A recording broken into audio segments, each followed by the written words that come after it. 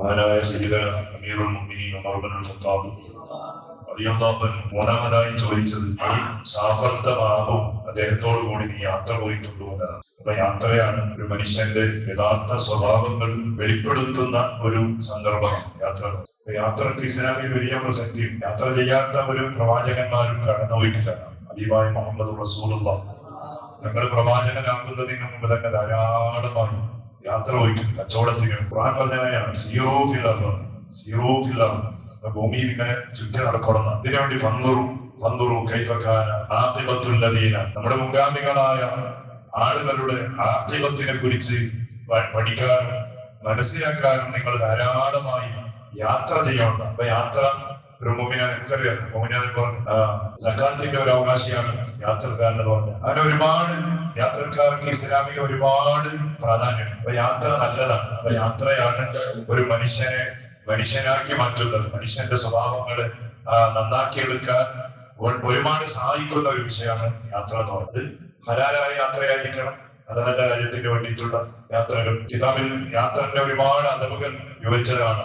യാത്രക്ക് നല്ല ദിവസമാണ് വ്യാഴാഴ്ച ദിവസം. യാത്രക്ക് ഉള്ള നല്ല ദിവസം വ്യാഴാഴ്ച ദിവസം. ഹബീബായ റസൂലുള്ളാഹി സ്വല്ലല്ലാഹു അലൈഹി വസല്ലം തങ്ങൾ എന്നെ ഒരു പ്രത്യേകമായ ഒരു സുന്നത്തായി തന്നെ പറഞ്ഞിട്ട് യാത്ര ഉദ്ദേശിക്കുന്ന ആൾ അപ്പൊ ആ ഒരു ദിവസം തിരഞ്ഞെടുക്കാം.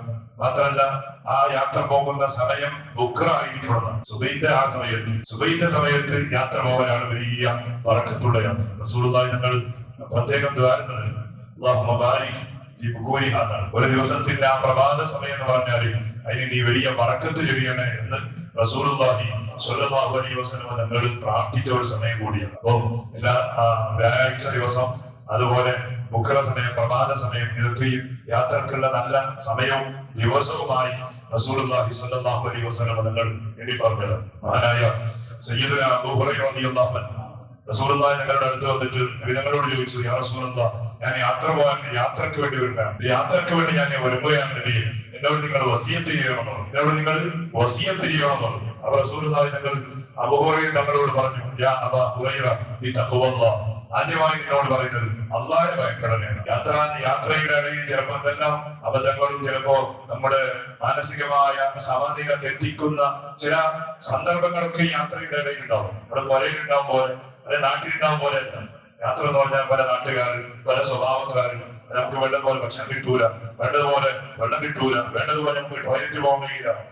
സമയമാകുമ്പോ നമ്മള് ആ ശൈത്വാനിയം തന്നെ അടങ്ങുന്ന സമയം. അപ്പൊ അബൂ ഹുറൈറ ഞങ്ങളോട് പറഞ്ഞു, ഓ അബൂ ഹുറൈറ ബിതഖ്വല്ലാഹ്, യാത്ര പോകുന്നുണ്ടോ? എന്താ നീ ആദ്യമായി ചെയ്യേണ്ടത്? നിന്നോടുള്ള വസിയത്ത് അല്ലാഹുവിനെ നീ ഭയപ്പെടണേ.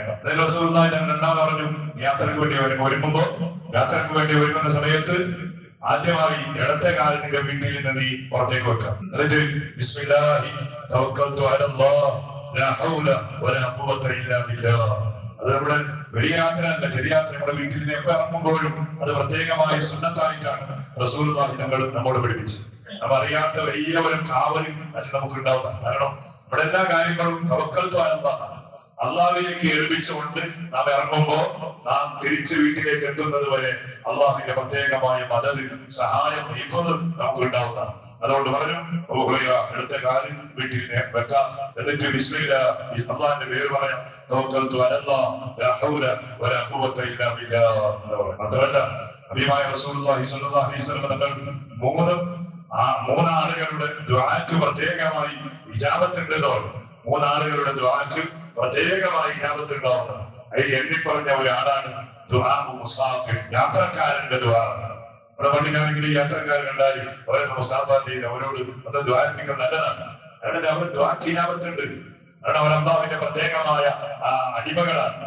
പല രൂപത്തിലുള്ള പ്രശ്നങ്ങളൊക്കെ വരുമ്പോ അള്ളാഹുവിനെ ഓർത്ത് അത് സഹിച്ച് അതിനെ തരണം ചെയ്ത് അള്ളാഹിനെ പേടിച്ച ആളുകളായിരിക്കും ചിലപ്പോ. അപ്പൊ അതുകൊണ്ട് യാത്രക്കാരന്റെ ദുആ, അവന്റെ ദുആക്ക് ഇജാബത്തുണ്ടെന്ന് സയ്യിദുനാ മുഹമ്മദ് റസൂലുള്ളാഹി സ്വല്ലല്ലാഹു അലൈഹി വസല്ലം ഞങ്ങൾ പഠിപ്പിച്ചതാണ്. പിന്നെ യാത്ര പോകുന്ന സമയത്ത് 2 റക്അത്തോട് നിസ്കാരം.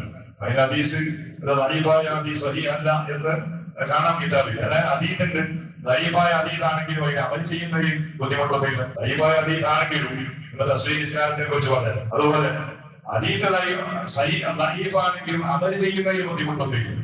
വചനാളുകൾ പറയുന്നത് പാടില്ല.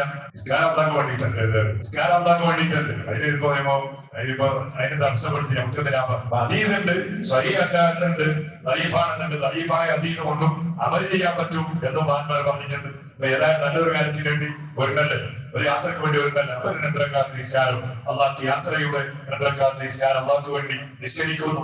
അങ്ങനെ ഒരുപാട് മര്യാദകൾ യാത്രയുടെ കാര്യത്തിൽ മഹാന്മാർ നമ്മെ പഠിപ്പിച്ചതാണ്. അപ്പൊ ഇതൊക്കെ നമുക്ക് പഠിപ്പിക്കാനല്ല, യാത്ര എന്ന് പറഞ്ഞാൽ നല്ലതാണ് ജീവിതത്തിൽ. അതിനല്ലേ ഹജ്ജ്, ഉംറ, ഇനിയുള്ള ഒരു അവസരം ഉണ്ടാവും അള്ളാഹ് ഒരിക്കലും. കാരണം പല അജായിബുകൾ കാണാൻ പറ്റും. റസൂലുള്ളാഹി ഞങ്ങൾ പ്രസവിച്ച ആ മണ്ണല്ലേ മക്ക, റസൂലുള്ള ജീവിച്ച 57 വയസ്സ് വരെ ജീവിച്ച ഒരു നാടല്ലേ മക്ക. അവിടെ എന്തെല്ലാം കാണാനുണ്ട്, മദീനയിൽ എന്തെല്ലാം കാണാനുണ്ട്. അതിന്റെ പരിസരങ്ങളിൽ നമ്മൾ ഖുർആൻ ഓതുമ്പോ ഖുർആനിൽ പറഞ്ഞ ഓരോ ചരിത്രങ്ങൾ ഇങ്ങനെ പച്ചയായി കാണുന്ന ആ നാട്, അവിടെ ഇങ്ങനെ പോകണം. അതൊരു യാത്രയല്ലേ, യാത്രയാണ്, നല്ലതാണ്. ജീവിതത്തിൽ ഇങ്ങനെ പലതവണ ഒരാളുണ്ട് യാത്ര ഒരു ഹോബിയായിട്ട് നടക്കുന്ന ആളുകൾ. അത് മറ്റൊരു കാര്യം ഇങ്ങനെ ഉപയോഗമുണ്ടോ, അവർക്ക് ഭയങ്കര ഈമാനായിരിക്കാം. അപ്പൊ ഞങ്ങൾ ഒരേ നാട്ടിൽ പണ്ട് കണ്ട ആളുകൾ ഇങ്ങനെ കണ്ട് അവരുടെ സ്വഭാവം മാത്രം ഞങ്ങൾ എല്ലാവരും മനസ്സിലാക്കാമോ, ഇയാളിങ്ങനെ അല്ലെ.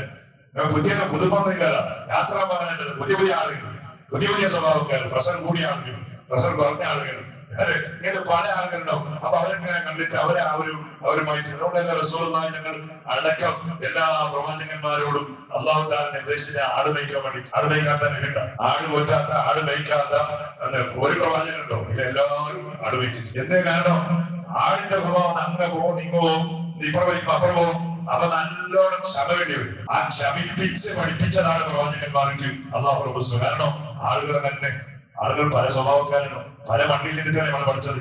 അതിന് പിന്നെ ഒരു മണ്ണല്ലല്ല, നല്ല മണ്ണുണ്ട്, കട്ടിയുള്ള മണ്ണ്, മൃദുവായ മണ്ണ്, കറുത്ത മണ്ണ്, എല്ലാം ഇങ്ങനെ കുഴച്ചിട്ടാണ് അതിന് പിന്നെ ഉണ്ടാക്കിയതല്ലോ.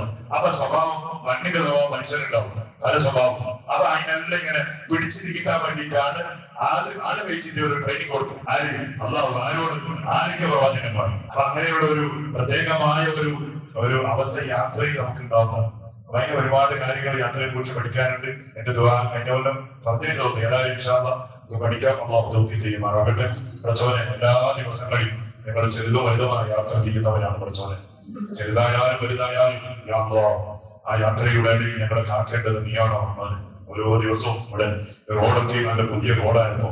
എല്ലാ ദിവസവും ഞാൻ ഇങ്ങനെ പോകുമ്പോൾ ഇന്നലെ കണ്ട് വന്ധ്യോട് ഒരു സിറിയ വന്ധ്യോന്റെ ഇടയിൽ എപ്പോഴും അപകടങ്ങൾ നടക്കുന്നത്. ഇന്നലെ ഞാൻ പോകുമ്പോൾ രാവിലെ വരുമ്പോ ഇല്ല, രാത്രി ഇങ്ങനെ പോകുന്ന സമയത്ത് ഒരു സ്കൂട്ടർ കാണാനല്ലേ ഇല്ല, ഇങ്ങനെ ആകെ പൊടിഞ്ഞു പോയിട്ടുണ്ട്. സുബ്ഹാനല്ലാഹ്. അദ്ദേഹത്തിന് യാത്ര ചെയ്ത മനുഷ്യന്റെ അവസ്ഥ എന്താണെന്ന് അറിയില്ല. വിളിച്ചോലും ഞങ്ങളും അതുപോലെ ബൈക്കിലും കാറിലും ബസ്സിലും നടന്നിട്ടും എപ്പോഴും യാത്ര പോകുമ്പോ യാ അല്ലാഹ് കാക്കേണ്ടത് നീയാണ് വിളിച്ചോനെ, നീ കാക്കണേ അല്ലാഹ്. നമ്മുടെ എക്സ്പീരിയൻസ് കൊണ്ട് ഞങ്ങൾ രക്ഷപ്പെടുന്നതല്ല എന്ന് നമുക്കറിയാം. കാരണം ഞങ്ങളെക്കാൾ വലിയ എക്സ്പീരിയൻസ് ഉള്ള എത്രയോ ഡ്രൈവർമാർ, വാഹനം ഓടിച്ച ആളുകൾ അപകടത്തിൽപ്പെട്ട് മരിച്ചുപോയത് ഞങ്ങൾ കണ്ടവരാണ്, കേട്ടവരാണ്. പഠിച്ചോനെ യാ അല്ലാഹ് കാക്കേണ്ടത് നീയാണല്ലോ.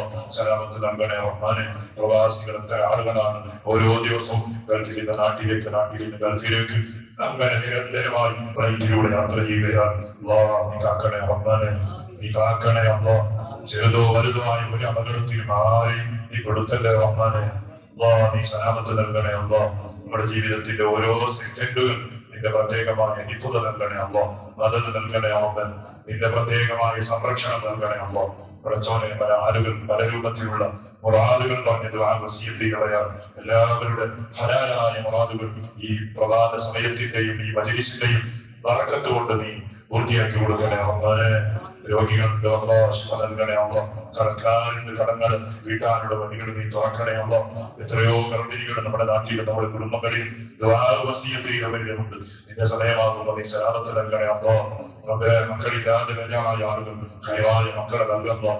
നമുക്ക് തന്ന മക്കളെ കൊണ്ട് തന്നെയാണെങ്കിലും ആഖിറത്തിൽ നീ കണ്ണുകുളിർമ നൽകണേ റഹ്മാനെ. പടച്ചവനെ മരിച്ചുപോയ നമ്മുടെ എല്ലാ കുടുംബങ്ങൾ എപ്പോഴും അവരെ ഞങ്ങൾ ഓർക്കാനുണ്ടല്ലോ. എല്ലാ ദിവസവും എല്ലാ സമയവും അവരെ ഓർക്കാതെ നമ്മുടെ ജീവിതം പരിപൂർണമാവൂല പടച്ചവനെ. അതിൽ നമ്മുടെ ഉമ്മമാരുണ്ടല്ലോ, ഉപ്പമാരുണ്ടല്ലോ, കുടുംബങ്ങളിൽ മറക്കാൻ കഴിയാത്ത ആളുകളുണ്ടല്ലോ. നിങ്ങളാക്കി മാറ്റിയ എത്രയോ മദ്രസ സ്ഥാനന്മാരുണ്ടോ. നമ്മുടെ നാട്ടിൽ ഖതീമായും വാദ്യനായും വാദ്യനീയങ്ങളായി സദൃസ്ഥാനന്മാരായി സേവനം ചെയ്ത ആളുകൾ മരിച്ചുപോയി പടച്ചവനെ. ഇവിടെ ഈ പള്ളിക്ക് വേണ്ടി പള്ളി കമ്മിറ്റിയുമായി അല്ലാതെ നിവാസികളുമായി പള്ളിക്ക് വേണ്ടി പ്രവർത്തിച്ച ഒരുപാട് ആളുകൾ മരിച്ചുപോയവരാണ്. ഇവർക്കെല്ലാം നീ സ്വർഗം നൽകണേ അല്ലാഹ്. നൽകല്ലോ. റഹ്മത്ത് നൽകുക.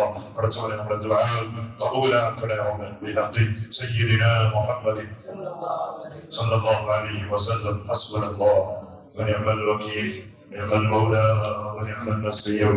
حسبنا الله ونعم الوكيل.